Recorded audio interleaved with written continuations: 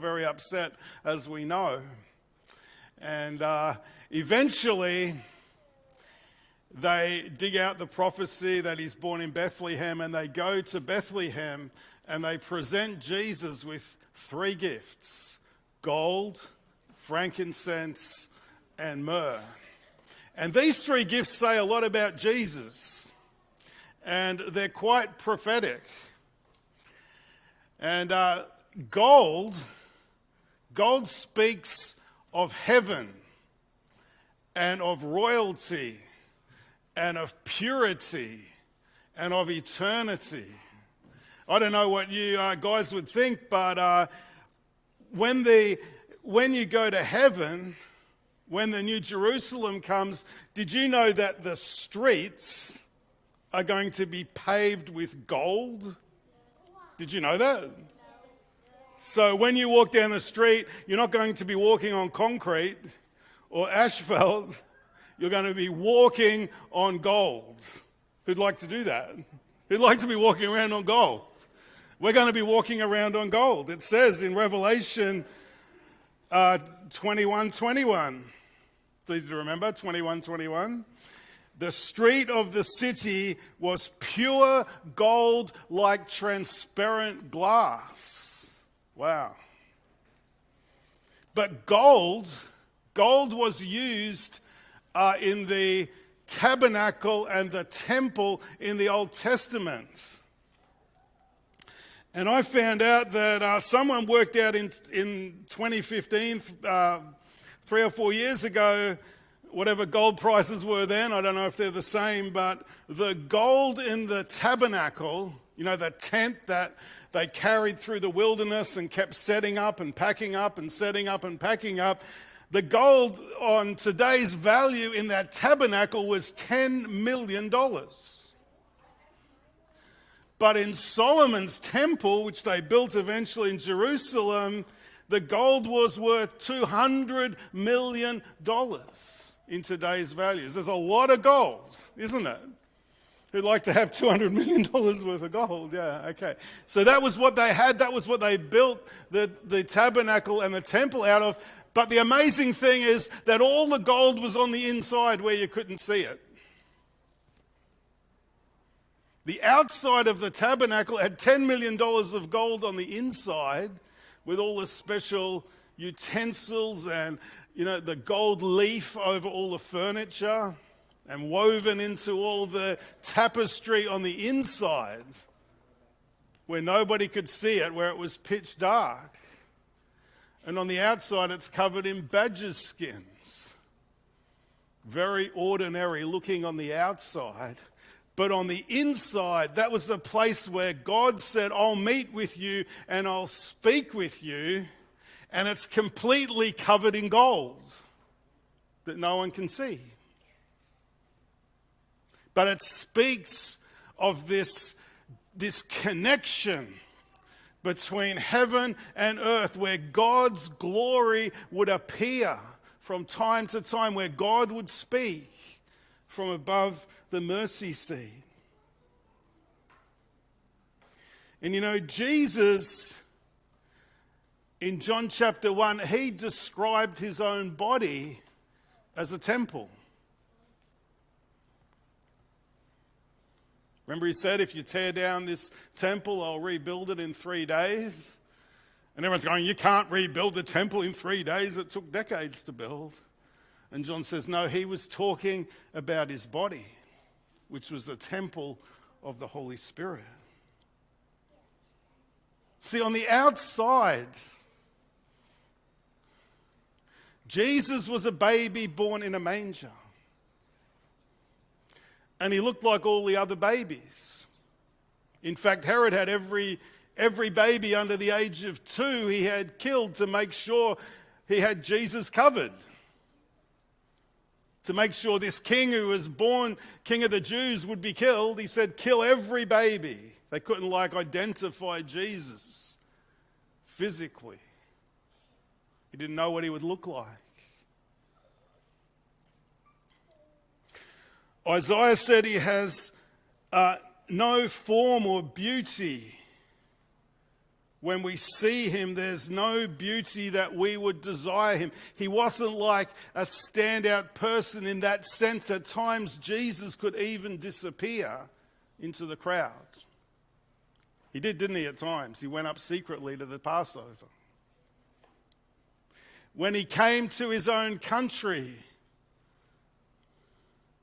they're going, isn't this just the carpenter's son? Isn't his mum Mary, his dad Joseph? Aren't these his brothers, James, Jose, Simon, Judas, and his sisters? There's his whole family, all the kids that were born after Jesus, to Mary and Joseph. So on the outside, he's sort of like the tabernacle covered in badger skins. But what's going on the inside is the Word made flesh, this baby born in the manger. This is the King of glory. This is him through whom nothing was made. Everything that was made through him. John said, in him was life, and that life was the light of men. On the inside of Jesus was the glory of heaven being revealed on earth. That every person who connected with him got a taste, a revelation of what God was really like. And there was this certain day that they went up on a mountain. Jesus, Peter, James, and John. And it says in Matthew 17 that he was transfigured before them. His face shone like the sun. His clothes became as white as the light. So what was inside Jesus was completely revealed in front of them, even in the natural realm. Peter says in 1 Peter 16, we were eyewitnesses of his majesty. John says in John 1:14, we saw his glory. This baby that was born in Bethlehem might have looked like any other baby. But this was the King of glory, the eternal King of glory, who'd come from heaven to touch people with his life.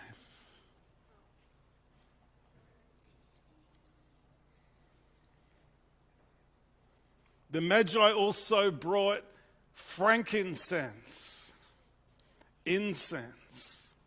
You know, in that temple in Jerusalem and in the tabernacle, they would carry incense inside and they would throw it on the fire in the temple. And when it burned, it would release this incredibly sweet and beautiful aroma that would fill the place. And this incense, this incense rising up was symbolic of prayer and worship. David said in Psalm 141, let my prayer come before you as incense, the lifting up of my hands as the evening sacrifice. So incense spoke of worship and communion and intimacy with God. And when the Magi brought it, it was symbolic that Jesus would be the great high priest for all men, for all ages. He would be the one that create eternal, permanent, definite connection with God for every person who wanted it.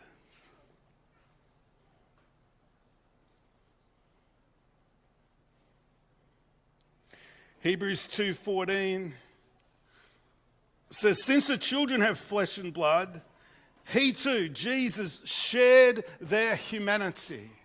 So you see Jesus, the Lord of glory, being born in a manger, sharing our humanity. so that by his death he might break the power of him who holds the power of death, that's the devil, and free those who all their lives were held in slavery by their fear of death. You know, you can be released from the fear of death by knowing Jesus. He releases his children from the fear of death. For surely it's not angels he helps, but Abraham's descendants. For this reason, he had to be made like them, fully human in every way, in order that he might become a merciful and faithful high priest in service to God, and that he might make atonement for the sins of the people. Verse 18 says, because he himself suffered when he was tempted, he is able to help those who are being tempted. So incense is telling us that Jesus is an intercessor, that he's our high priest, that he can help us when we're tempted because he experienced our humanity. He came as a little baby. He walked in our world. He knew what it was like to be tested and tempted and tried, yet he overcame every time. Hebrews 5 says, in the days of his flesh, when he'd offered up prayers and supplications, listen to this, with vehement cries and tears. This is Jesus. To him who was able to save him from death. And he was heard because of his godly fear. So Jesus was tested and tempted to the point of death. But he never surrendered to temptation because he constantly cried out to God. He was a man who knew how to pray and to connect with heaven. Tempted as we are, yet without sin. But we're told in Hebrews 7 that he always lives to make intercession for us. For such a high priest was fitting for us, who is holy, harmless, undefiled, separate from sinners, and has become higher than the heavens.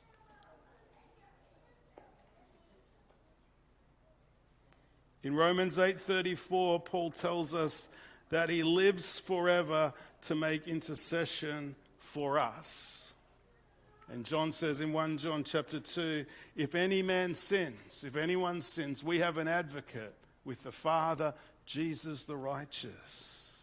An advocate is like someone in court who pleads your case. You know, when we sin and stumble and fall, Jesus is in the court of heaven pleading our case, saying, I paid for their sin. I paid for his sin. I paid the price for that. Isn't it good to know that Jesus is in the courtroom of heaven pleading on our behalf? He ever lives to make intercession for us. So gold represents that he comes from heaven as the King of glory. Incense, frankincense, tells us that he is an intercessor. He's our great high priest. He's the all-time best prayer that ever lived. And they brought myrrh.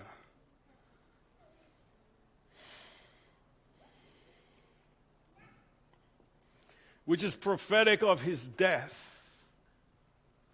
You know, when Jesus was crucified, Nicodemus, you know, that guy who first came to him by night, sort of sneaking in, say, what's going on? I don't get it. He's the one who came with 100 pounds of myrrh and aloes and all these fragrant spices to prepare the dead body of Jesus for burial.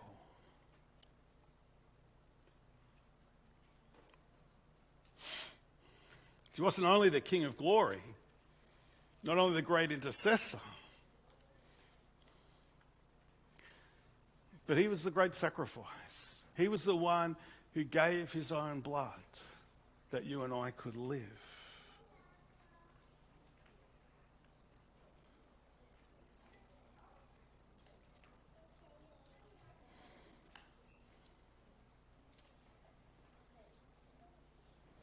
You know, John,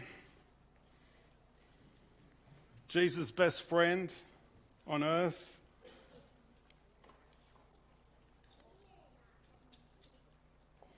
he was there on the island of Patmos,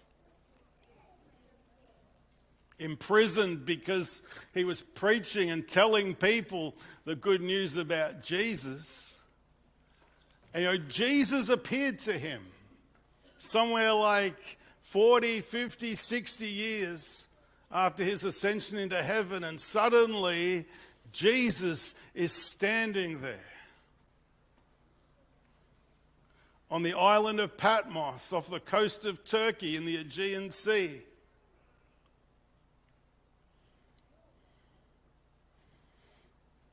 And John describes him. John knew him so well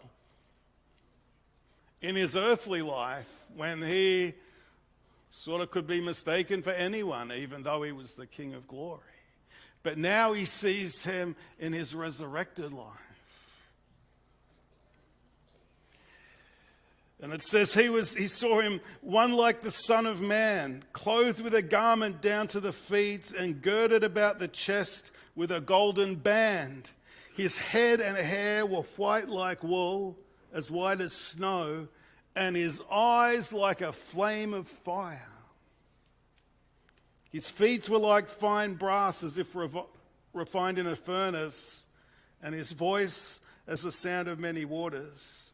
He had in his right hand 7 stars, and out of his mouth went a sharp two-edged sword, and his face was like the sun, shining in all its strength. Pretty freaky, eh? Suddenly Jesus is standing there. John hasn't seen him for decades. Last time John saw Jesus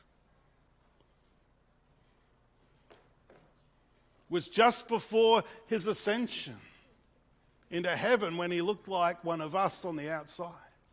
But now he sees him in all of his glory. He says, when I saw him, I fell at his feet as if dead. But he laid his right hand on me, saying, do not be afraid. I am the first and the last. Jesus, the first and the last, the Alpha, the Omega, the beginning and the end, the one who came as the King of heaven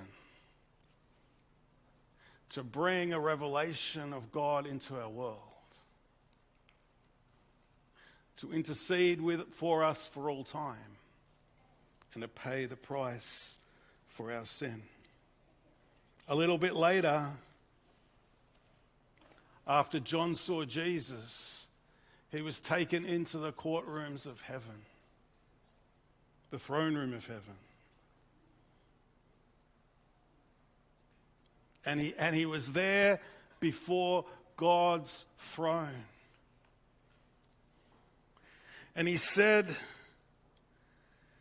he saw in the right hand of him who sat on the throne, this is Revelation chapter 5, a scroll. This is in the Father's hand, a scroll, written inside and on the back, sealed with 7 seals. And then he said, I saw a strong angel proclaiming with a loud voice, who is worthy to open the scroll and to loose its seals? And he said, no one in heaven or the earth or under the earth was able to open the scroll or to look at it. So I wept much, because no one was found to open and read the scroll or to look at it. The scroll is like the title deed to planet Earth. The scroll contains all of the judgments that are going to be seen in Revelation. The scroll is what has to be, is all the events that have to take place before Jesus can return. But one of the elders said to me, "Don't weep. Behold, the Lion of the tribe of Judah, the root of David, has prevailed to open the scroll and to loose its 7 seals." And he said, "I looked, and behold, in the midst of the throne and of the 4 living creatures, and in the midst of the elders, stood a lamb, as though it had been slain." This is a depiction of Jesus, who came to earth as this pure, innocent baby, didn't inherit the genes of Adam, didn't inherit the sin of Adam, but was created in the womb of the Virgin Mary. So he's one of us, but didn't carry our sin. When John saw him coming to be baptized, he said, "Behold the Lamb of God who takes away the sin of the world." He could be our sacrifice because he was born this way, of a virgin, pure and undefiled. And John saw him in heaven as a lamb, as though it had been slain, having 7 horns and 7 eyes, which are the 7 spirits of God sent out into the earth. And he came, Jesus, and took the scroll out of the hand of him, the Father, who sat on the throne. And when he had taken the scroll, the 4 living creatures and the 24 elders fell down before the Lamb, before Jesus, each having a harp and golden bowls full of incense, which is prayer, music and prayer and worship, which are the prayers of the saints. And they sang a new song. This is a song they sang. "You are worthy to take the scroll and to open its seals, for you were slain and have redeemed us to God by your blood." The NIV says, "With your blood you've purchased men for God, out of every tribe and tongue and people and nation, and have made us kings and priests to our God, and we shall reign on the earth." This was the song that they sang in heaven, to worship Jesus. Why? Because Jesus came to Bethlehem, a baby. Could have been mistaken for anyone's baby on the outside. But he was the Lord of heaven, and he brought the glory of heaven into our world. He's the King of kings, the King of ages, the creator of everything, the Word made flesh. And he grew up amongst us. He was tested and tempted and pressured and challenged, but he never yielded. He learned obedience through the things that he suffered.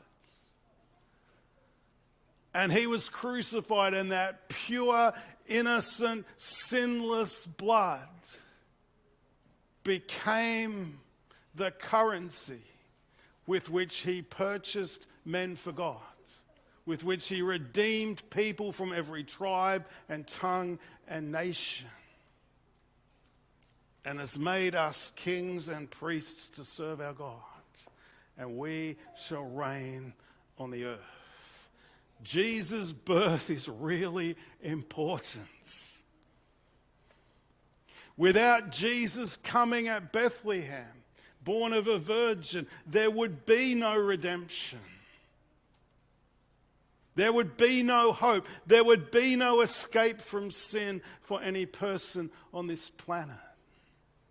Because there is no other name given under heaven among men by which you can be saved.